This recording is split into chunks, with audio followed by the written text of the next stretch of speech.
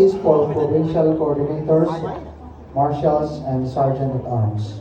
Please repeat after me. I, please raise your right hand. Having been appointed to the position of the Community Force Multipliers for Peace Incorporated, do hereby solemnly promise and swear that I will consciously and faithfully discharge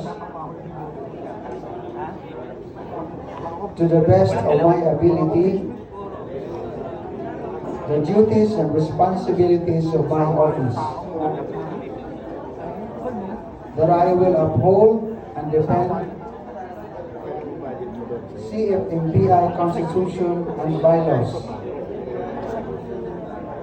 and bear true faith and allegiance to the same, that I will obey and enforce the laws, rules and regulations, and policies of the organization, that I will actively participate and support all CFMPI activities and programs including,